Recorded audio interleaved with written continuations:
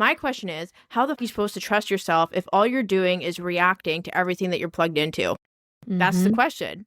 How the f are you supposed to trust yourself when everything that you have around you has nothing to do with yourself, and it's everything that you're seeing, everything that you're believing, everything that you're deciding about yourself? It actually has nothing to do with you. It's literally just a contrast of you holding up walls in front of you because that's how you think you're supposed to live your life or run your business. So the only way you can trust yourself is when you are with yourself. And yeah, the question, that's the $1 million question. Well, then who am I? And it's like, you gotta be naked in the room.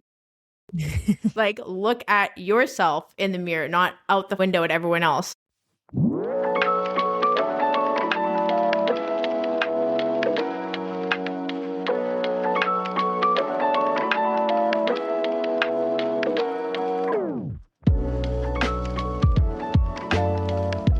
Hey friends, welcome back to Hopeful and Wholesome. Today I have on the show my friend Kehla G, and she is a human design and Gene Keys business mentor known for her precision, depth, and uncompromising clarity. As the host of the top-ranked podcast Built for the Edge with over 500 episodes and 160 interviews, she has spent years in direct contact with entrepreneurs navigating growth, leadership, and decision-making under pressure. Kehla's work centers on orientation over optimization, helping leaders understand where they are, what matters now, and how to move with coherence, blending human design, Gene Keys, and AI as a thinking partner. She supports founders in refining their message, strengthening authority, and building businesses that can scale without self-abandonment. And we are getting into this really deep conversation, which was honestly a little bit unexpected. We're talking about authority and leadership, and she's bringing in this new concept of epistemic authority, and don't worry, she's going to explain what that is. But this is all about identity, and our identity as high-performing women, as entrepreneurs, as mission-led, soul-led women, and how this kind of goes against what the personal development industry is teaching and has been teaching. And Kehla is really good at kind of giving us new ways of seeing things and new perspectives and on even some old things that we may have learned before. And this is probably one of the deepest conversations we've had on the show. And there's so much goodness. This is honestly one you'll probably want to listen to more than once to get all the good nuggets that we talk about here. So let's jump in. Okay, I'm here with Kehla. And this is actually the second time you've been on the podcast, Kehla, and it's been so long. We talked about this when we were interviewing on yours. I found you on Insight Timer, and I invited you to come on the podcast to talk about human design and Gene Keys and all the things. And we've had so much history together now since then. So I feel like this is like, part 2, and we could go back and listen to like Baby Hope and Baby Kehla back then. And now we have so many deeper things to talk about. So I'm really excited to hang out with you today. Thanks for coming on. Yes, it's been such a pleasure. That's how we connected with Insight Timer. This was like 3, maybe even 4 years ago. And I just love that we've just been in each other's lives ever since. Yeah. And it is really cool to see our like evolution in business and even just our own personal growth. Like it's really a pleasure to come on here and to have another conversation with you. Yeah, I agree. Yeah, I think it was like 4 years ago. And I mean, even both of us, like both of our work has changed so much, like the work that we're doing in the world. So I feel like it's time for another conversation. And I'm excited to have this one with you today because I was telling you before we hit record, I've unintentionally had this kind of series of episodes, not like series in order, but I've had a bunch of episodes lately that have been just kind of like having these conversations that are kind of going against the grain and pulling out some things that might be like bringing in new perspectives and maybe controversial perspectives for people on, certain things happening in the world and in different industries, the wellness industry, the business, and all of these things. So I want to dive into that with you today because I also feel like you're really good at pulling these things out, and you have such a great way of speaking truth and calling things out as you see them and not shying away from that and not like sugarcoating things, which is why I've loved working with you over the years, because it's like you're just going to call it out as you see it, like not in like a, mean or judgy way, but it's like you're going to see and you're going to call it out.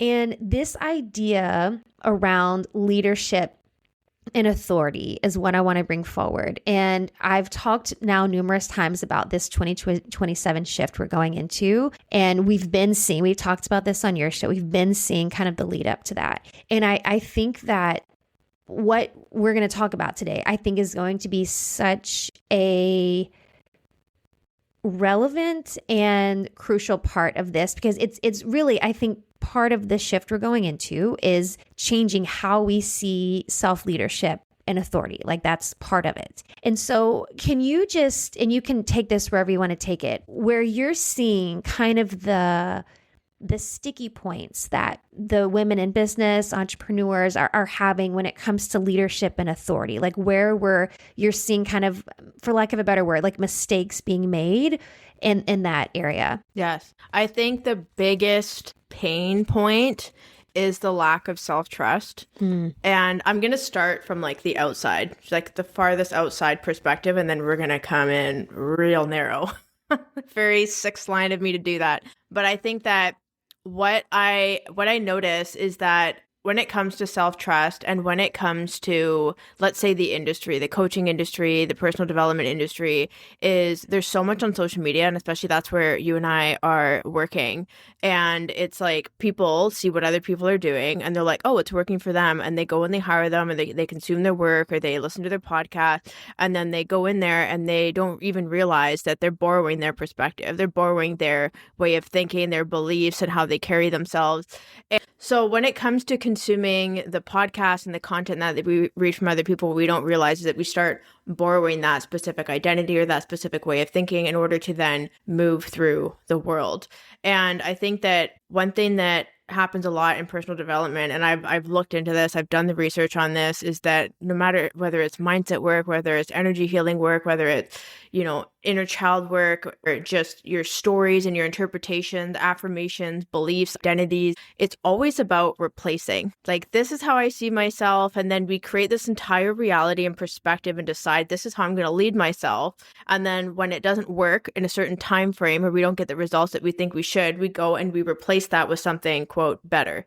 And that's just literally the entire industry.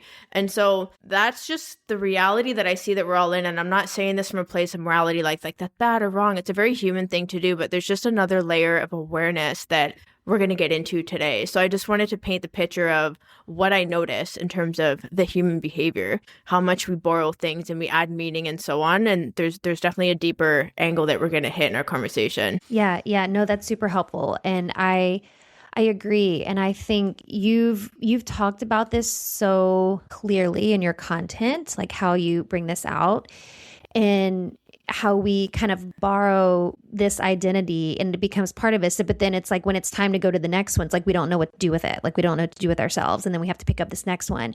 So the term that we were talking about before we hit record was, and I had never heard this term before, the epistemic authority. And can you explain what that is, just kind of in a brief way so we understand what that is? Yeah. So epistemic authority is deciding what is true for you and seeing where it is that you've given your authority away. So another angle of this is really subtracting and pulling back and noticing like, wow, I've consciously decided I have to be this way. I have to have these feelings. This is my specific way of manifesting. I decided that this is how it needed to be in order for me to get what it is that I want. And the thing is like the nuance is that there is a time and place for when putting on and having a certain identity and certain feelings will help us move through life. But when it becomes like a fucking project that you need to manage on a daily basis, and it's like, oh fuck, I said I was going to be a badass today and I'm like sitting on the couch eating chips. Like that's not what a badass does. And then all of a sudden you're like shitting on yourself, and then it becomes a whole reality perception that you're trying to control because we think we have to be that specific way. We're giving our authority to that way of being, that way of thinking and seeing, to then move towards what it is that we want.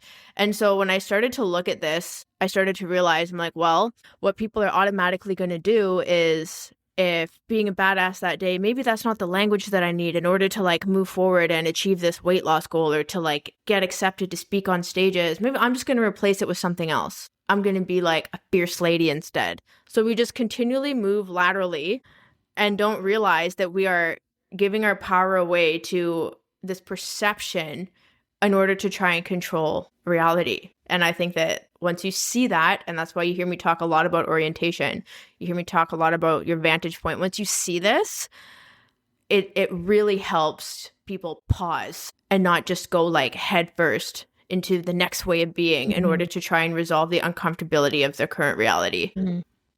No, that makes sense. And see, and we see this all the time. And I would love to hear kind of the perspective shift, the alternative to this, because we see this all the time where it's this constant, and I mean, I've used language like this before too, right? Where we constantly talk about, your higher self, your next level self. And it's like, there's always this like next level to get to, which is not a bad thing, right? We're humans.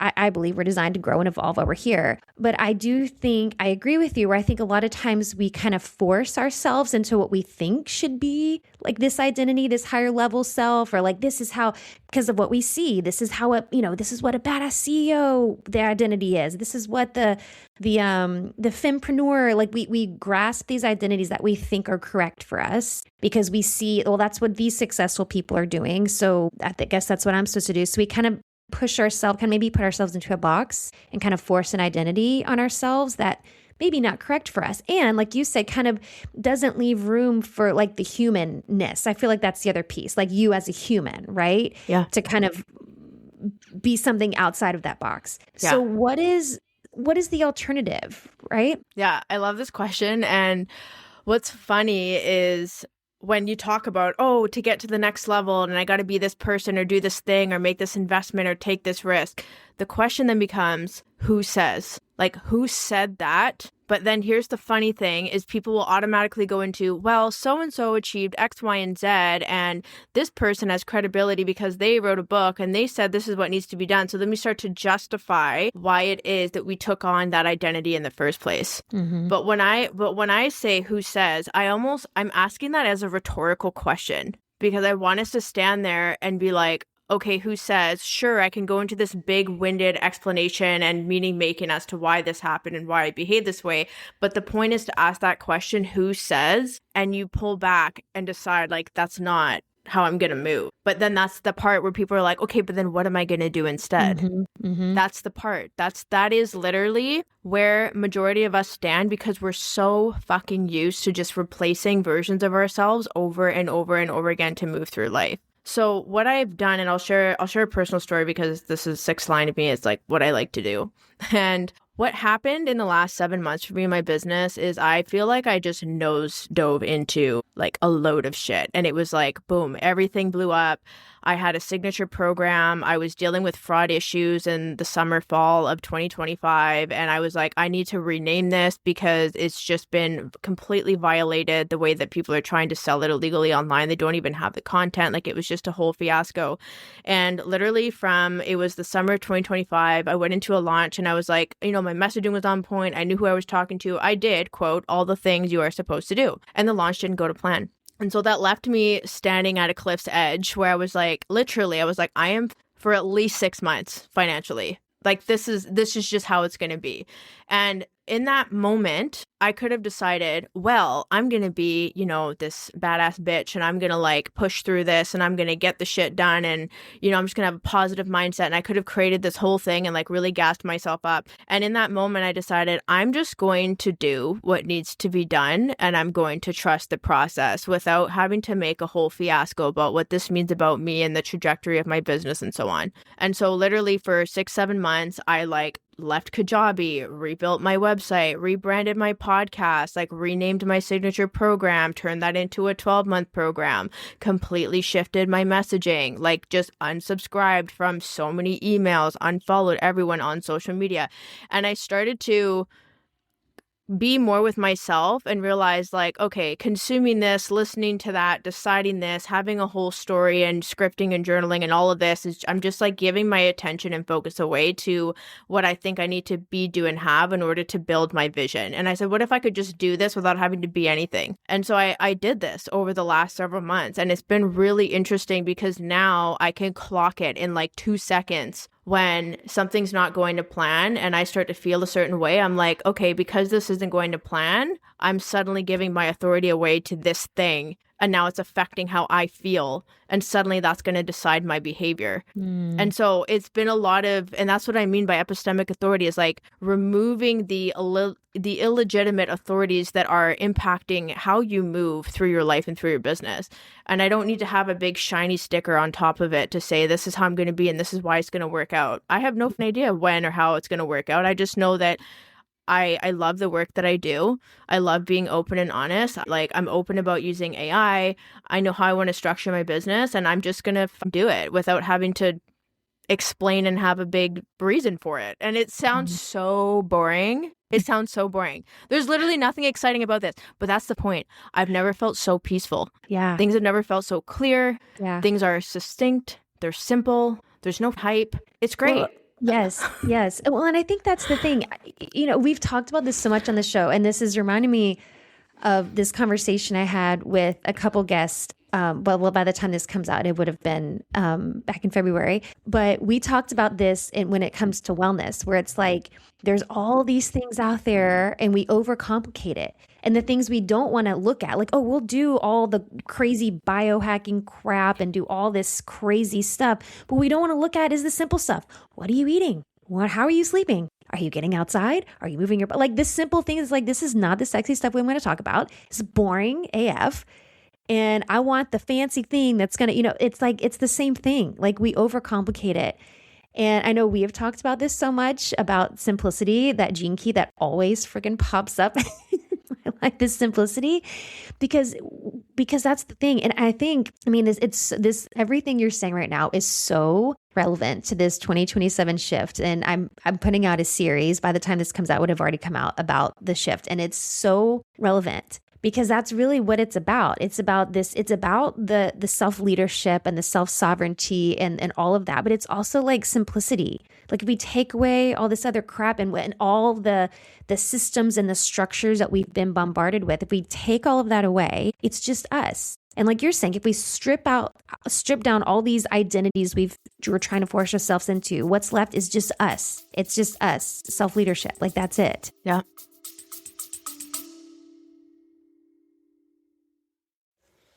Hey, y'all, we'll get right back to the episode. But first, let me ask you this. You've built a vision that others admire.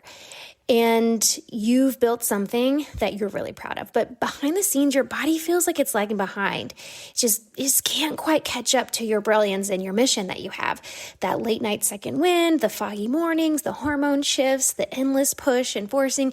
You can't strategize your way out of that. And you already know you don't need more supplements. You don't need another supplement stack.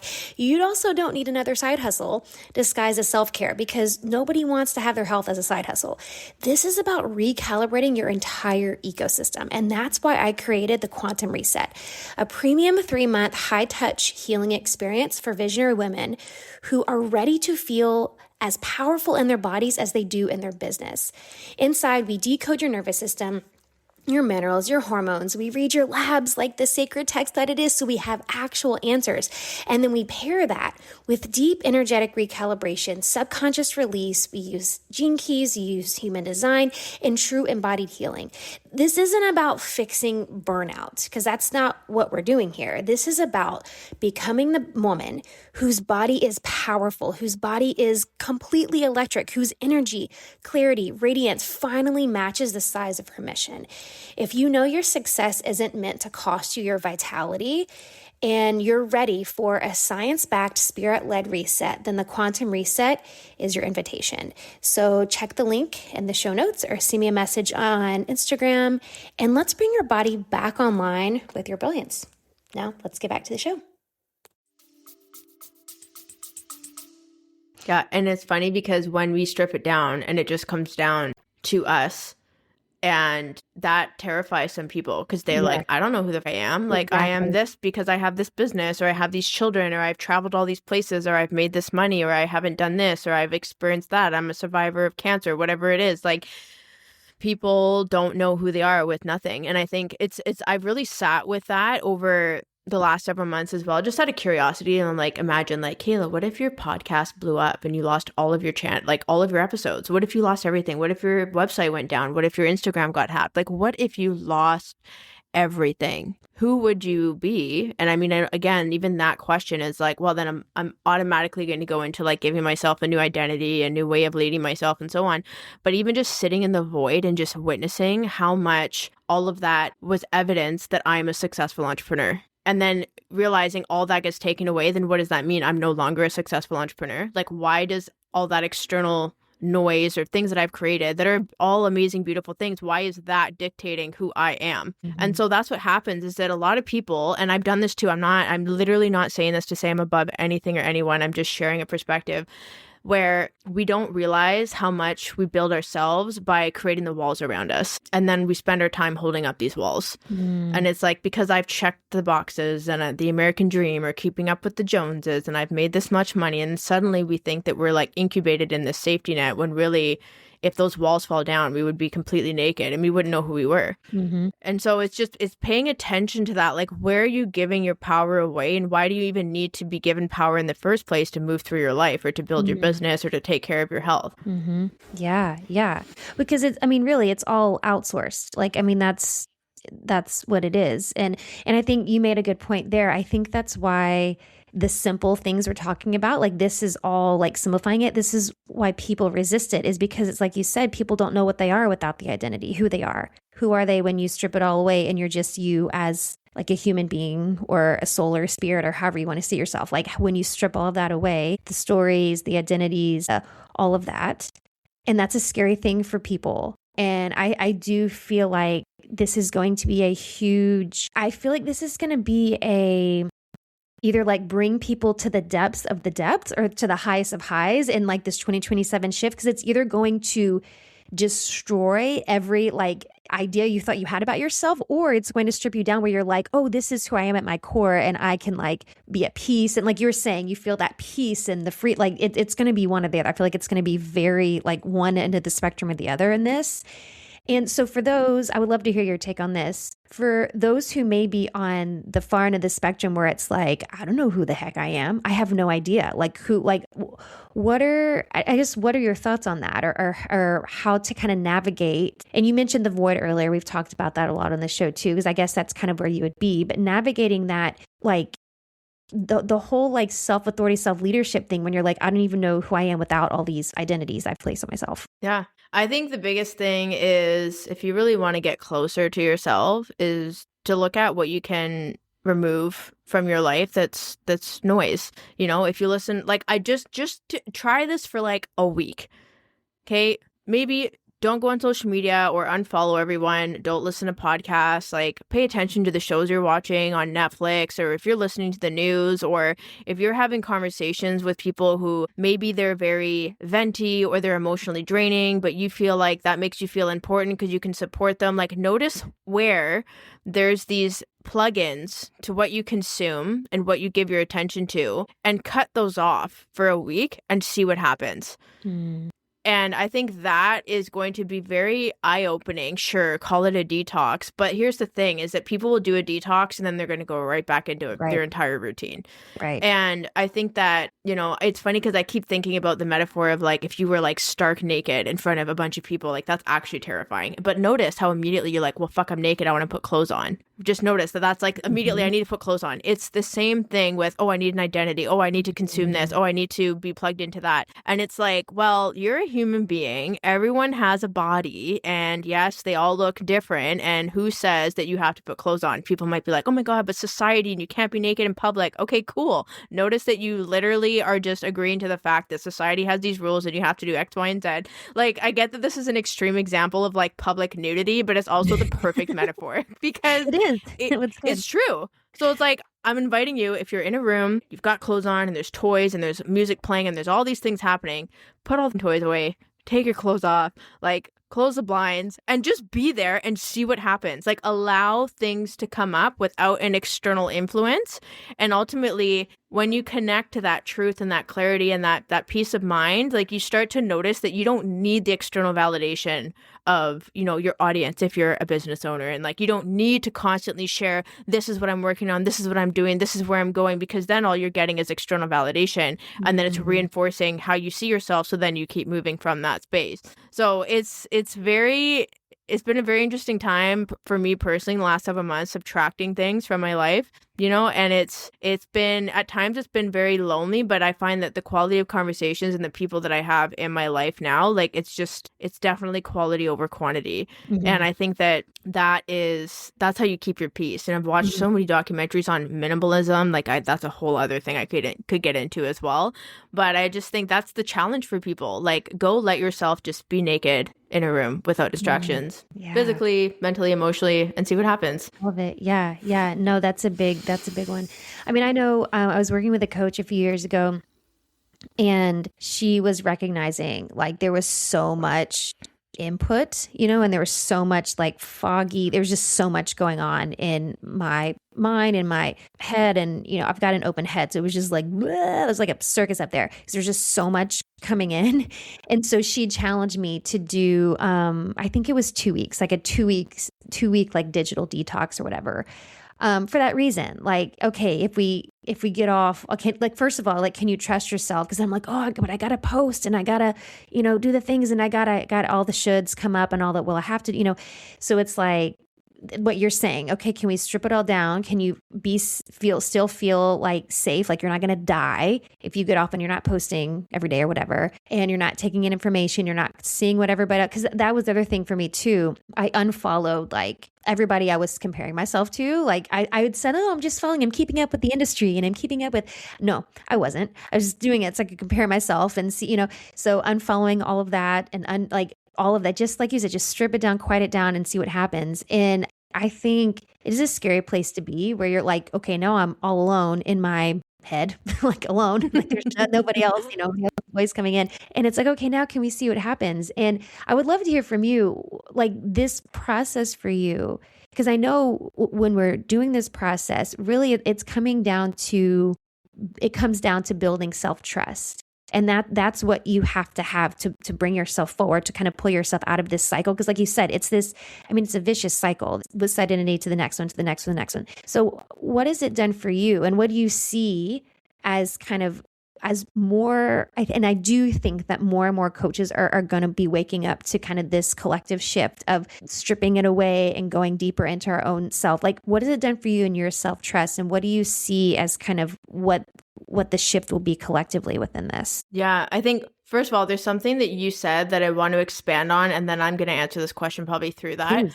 But what you said was such a prime example of, let's say you were following these people, but then you were unconsciously comparing yourself, right? So then that's an example of, you're giving your authority away in how you move through life. And it's like, well, that's the truth, is that I'm comparing myself to them, and this means X, Y, and Z about me. Mm-hmm. So what I want people to notice, this is the cost and this is the impact of this behavior, and we don't pay attention to it. You then are stuck in this mental loop of you managing everything that you do, everything that you say, everything that you post, your feelings about yourself. You're literally managing your entire perception of the reality that you're in because you're comparing yourself to these other people. And then we wonder why we're so tired. And it's like, okay, you're in your head, and how you're moving through life, how you're making decisions is literally against everything else that you have in front of you, because you're plugged in. I'm just imagining like one of those extensions cords plugged into the walls where you've got way too many plugs coming off of it, and it's like an octopus arm. Like that's literally it. So it's like when you named that, and I was like, I could just see this as such a prime example, because then we think, oh, well, I'm just managing how I perceive myself and I'm going to be focused on this, but it's all noise. Like, does that really matter? Like, why does that get to decide your state? Like, that's the questions I'm asking. Yeah. So coming back to your question, which now has slightly slipped my mind, I think you were asking. Part. Yes. Yeah. So here's the thing. My question is, how the f are you supposed to trust yourself if all you're doing is reacting to everything that you're plugged into? That's the question.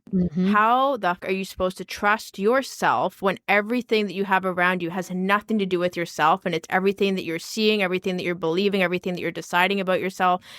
It actually has nothing to do with you. It's literally just a contrast of you holding up walls in front of you because that's how you think you're supposed to live your life or run your business. So the only way you can trust yourself is when you are with yourself. And yeah, the question, that's the $1 million question. Well, then who am I? And it's like, you gotta be naked in the room.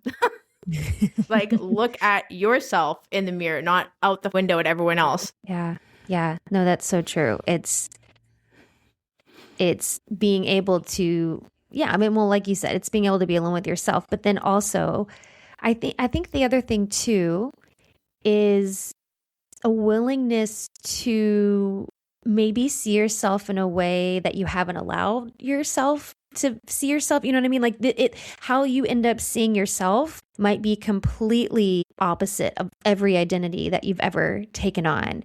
And I think that could be a scary thing for people too. And I think we know people in the industry that have had this happen where they had this identity that they held everything in, and then it's all of a sudden like stripping it down, and it's like, okay, it's not who I thought I was, or this is complete opposite. And so, and then it's like, okay, so where do I go from here? And I think that's a tricky place to be too, because then I feel like then you're even more vulnerable to staying in that cycle. Well, I got to pick this one next because I'm not that, and that's totally opposite. But then I feel, you know what I mean? I just feel like it can suck you back into the cycle when it's, well, I'm listening to myself and I'm diving into this self-trust thing. And now I feel like I'm nobody who I've been portraying myself as, you know? Yeah, I think it is shattering. And I think when it comes back to epistemic authority, and I'm talking about, the acknowledgement and the removal of illegitimate authorities where you've like decided this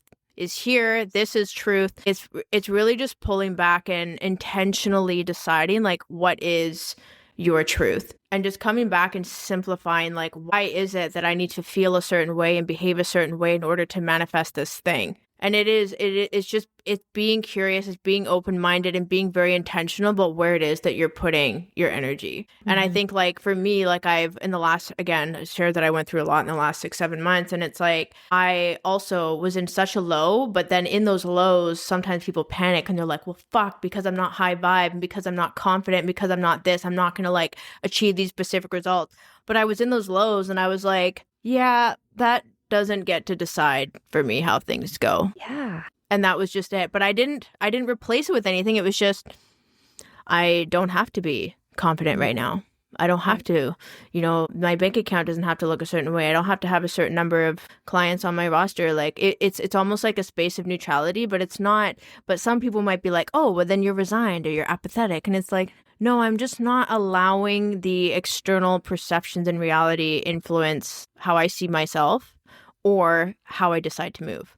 I can have a shitty day and still get shit done, but it doesn't mean I'm not forcing myself. It's just, I don't think I have to be in a certain state to be able to move and make decisions in life. And it feels very light. It just feels so much better than constantly trying to feed myself like on a hamster wheel of like, this is how I see myself and this is what I believe. It's like, I can just move. What if I just moved? Like, let's just see what happens. Yeah. And then what happens ultimately is that it becomes about, because if people are like still caught up in the identity piece, it really just becomes about, well, what is required of me now? If I'm running a business and I'm looking at the ecosystem of my business, sure, I'm going to have an identity and I can have all these thoughts and feelings about how to run my business. But ultimately, there's just things that need to be done. Like, okay, I need to have a plan for how I show up on social media, if that's what it is. If it's TikTok, if it's Instagram, I have a podcast. I'm going to publish podcast episodes. I'm going to send emails. And it's doing these things without having to slap on all this extra meaning.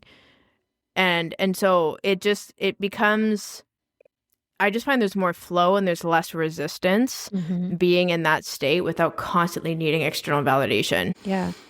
That makes total sense. And the thing I wanted to pull up from what you said, I mean, from what you're saying, there's this level of I think it's like getting away from like emotional bypassing rather than like bypassing the emotions. It's like you're saying, okay, I'm not high vibe today, but I'm not going to make that mean anything. I can be with the frustration or whatever it is that's coming up. And I can be with it. And I can either say, hey, I'm just going to be with it today. I don't have to be productive and get things done. Or I can be with it and still get things done. Like I don't have to bypass it, but I can be with it. Because I think that's the other thing too, when we take on these specific identities, that's something that's so easy. It's so easy to fall into is, well, this is the identity. And so I can't be high vibe and I have to be productive, or I have to be this, I have to be this way, and I have to feel like this. It's like it dictates your emotional state rather than just letting your emotional state be what it is. Like that. I mean, that's like emotional intelligence 101, Yeah. And I think that's the thing too, is like this, when when I really started to dive into the concept of epistemic authority and paying attention of like, how am I seeing things? Like, what am I allowing to decide how I move right now or how things go? Is that bypassing piece. It's actually crazy. Like when you start to look at the personal development industry, how much bypassing there is. Like, sure. Yes, feel your feelings, do the subconscious work, the parts work, and integrate this and the exile here and the firefighter here. And then, looking at the meaning and the story and the impact, like, okay, but just notice literally how it's right away, we're going to slap something else on top every time. And then it's like, oh, we suddenly think because I feel better, this must be the right thing. But then again, I was talking earlier about like how much management there is. If you lived your life and it was like, well, I have to be this identity and show up this way, then all of a sudden you're not just living your life and doing the things with the feelings that you have. You're suddenly on your head and you're managing your state, right? And I'm going to go and jump on the trampoline for 10 minutes so I can get like this energy flowing. And then all of a sudden it's like you're so fucking mentally exhausted because you're managing how you perceive reality rather than just dealing with reality as it is. That's big. That's really big. This is such a deep conversation. I feel like there's so much here. I feel like y'all should listen to this more than once. I feel like this is one of those where like the more you listen to it, the more you get. This is such a deep conversation. And I think when we're talking about, identity work and authority and all these things, just it's so multi-layered and multifaceted. And I also think that when we're like this, at least I can speak for myself. I can speak for everybody. But I feel like when I'm listening to conversations about this kind of stuff, self-leadership, self-authority, like my subconscious mind wants to be like go somewhere else. And I want to point this out too. I think that sometimes when we're listening to things that that are meant for you in the moment, your mind acts like it doesn't understand. Because I've had that happen too, where it's like, I'm not following. I don't understand what you're talking about. It's like, this is a defense mechanism to protect you. Because it's like something that your subconscious mind needs to learn. It's like, no, I don't know what you're talking about. Like this is real. Yes. I love that you said that, because I've always said to people when they get confused, the thing is, you can't be confused about what it is that you already know. So yeah, if you're listening to me and you're like, what the is she saying? Like, listen again. Yeah. And there's so many times already in this conversation where we're talking about epistemic authority, and it's like pulling away that authority that doesn't get to decide how you move. And then I can feel us going back into like an identity, and it's like, okay, coming back out again. Like it's interesting. It's kind of a paradox because it does take a level of awareness, and you could consider that management, like, oh, I'm going into this again and pulling back out. But it really, all it is just a noticing. And actually, I want to share an example and this is not to shame Tony Robbins whatsoever. It's just a prime example of what happens in the personal development industry. And I want to share the story. Yeah, please. So the other week, I was chatting with Guillaume, my fiance, and he's like, oh my God, I signed up for the 3-day virtual event with Tony Robbins. And I was like, oh, here we go. Because I was like, okay, this is the situation. You go in there, Tony Robbins amps people the fuck up.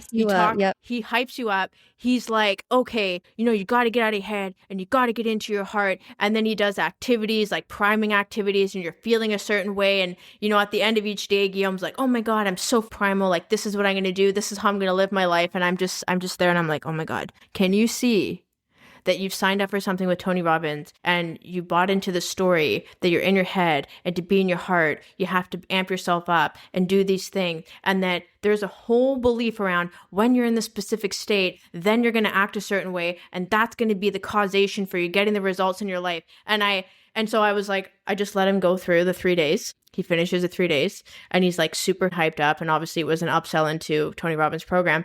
And then I was like, can you just see that? Like, just see how you just got so immersed, and Tony Robbins had a very specific process to bring people into a specific identity. And because he's had millions and tens of millions of people do his work, there's credibility behind it. So people buy into it so easily. And the thing is, I'm not saying this at all. There's nothing wrong with Tony Robbins, but I'm just showing an example of how hard we can lean into something like that and let it run our life. Yeah. And because then some people will think, because I'm not feeling primal, because I'm not, primed up in my state, then I'm not taking the right action and things aren't going to happen fast enough. And then that's the management piece I'm talking about in your head. And it's so exhausting. Yes. Yes, that's such a good example. Well, and there's this piece of being driven by your emotions. I mean, you're in an emotionally hyped state, especially at a Tony Robbins event. So, I mean, the emotions are like next level, and that's what's driving all of that. And I think that's another dangerous place to be, is just be driven, like emotionally driven by, into this or that, or making like that's such a good example. Yeah. Yeah. And I think that's the thing is like, we've all done it. We've been emotionally driven to make a decision. Of course, in human design, like that's the thing is that, well, it's kind of funny. It's a bit of a paradox as well, because emotional authority needs time. You need to feel your feelings and you don't make a decision. That's the thing. The irony is like, you don't make a decision in your feelings. You need to get all the way through your feelings and then you have clarity. It's like there's no noise. There's nothing else deciding for you. Yes. But then also it's like, okay, how do we do that mentally and how we see ourselves or how we make decisions? Like it's a very similar thing. And so that's the thing is like people don't realize that like in that context with Tony Robbins, he gets people into a very specific state and he's teaching everyone when you're in this specific state, this is how you take moves and you step into the version of you that gets the things that you want. That's an authority. That has suddenly become an external authority, and then we go on a life mission to fulfill that, to go and achieve the things that we want. And then what happens is people are like, well, I was behaving this way, and I took on this identity, and I felt this state, and I did my EFT and my journaling every day, and smudged the office, and all of this. But then it's like, do you notice how being that way doesn't ever control time? And that's always the thing that we're trying to control to get what it is that we want. So if you can't control time with a specific identity or feelings, why don't you just live your life? That's it. That's the moral of the story today, guys. Yeah. Just live it. And it's again, and I say it over and over again, this is so like what I'm saying is so boring. There's nothing hypey about this. It's like literally removing all the hype, but there's just such a simple, peaceful place to stand, honestly. Yeah, for sure. Yeah, no, I love it. 100%. And we're all about simplifying things. So I think this is so perfect. And I love this deep conversation with you. I love that this is kind of the theme of your work right now. I think it's so important. So like I've said a dozen times now, it's so relevant. It's so important. And I think the more soul-led women are kind of feeling this collective energy shift that we're all feeling as we head into 2027, more and more people, this is going to make more and more sense to people listening. So I think this is going to be one of those gems that people come back to. So thank you for that. And I have one more question I want to ask you that I like to ask everybody. But before I ask, can you just let everybody know where they can find you? If people are interested in working with you, Kehla does great work. She's been a mentor of mine for years, so I cannot recommend her work enough. So anyway, share all the things. Yes. So I'm on Instagram. That's my main platform, Kehla G. And then I have my podcast, Built for the Edge. And also I have my main 12-month program. It's called the Architectrix, where this is really a space to support entrepreneurs in building their business. And we do a lot of subtraction work in here. Things get to be very simple, constantly coming back to like, where are you putting your authority? And imagine the simplicity in how you get to build your business without having all of that mental, emotional management to do. And so these are, that's my big flagship experience. But of course, I do 2-hour intensives and other shorter term work as well with clients. And I've got a couple self-paced offers that'll be coming out throughout the year. So those are my main places. And then I'm on Substack as well. Got some writing pieces on there I've been having fun with. I post every Thursday and it's fun. Yeah, I love it. Perfect. All of that is in the show notes, of course. So y'all can go check that out. Give Kehla a follow. Definitely follow her podcast. She has a gajillion episodes on there that are all so good. So much information, so much really valuable information. So go check that out in the show notes. And the last question I want to ask you, what do you think is the most important thing you can do to live with purpose? To live with purpose. I think that, I'm sure that this has been said several times, but I think a lot of people go out looking for their purpose. And I think that when you do the work that we talked about in this episode and you unplug from a lot of things, they're going to realize that your purpose is inside of you.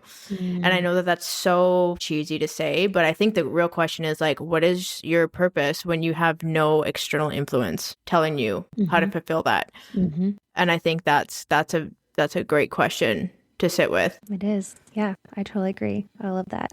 Thank you, Kehla. Thanks for hanging out and sharing your wisdom and just bringing this forward and just really helping us step into this new paradigm. This shift is going to be so important. So thank you. Yeah. And thank you, honestly, for giving me the space to share and just you also being so receptive, because I'm not gonna lie, sharing this is really edgy, and a lot of people are like, but then what? And then what? And I'm like, that's the point.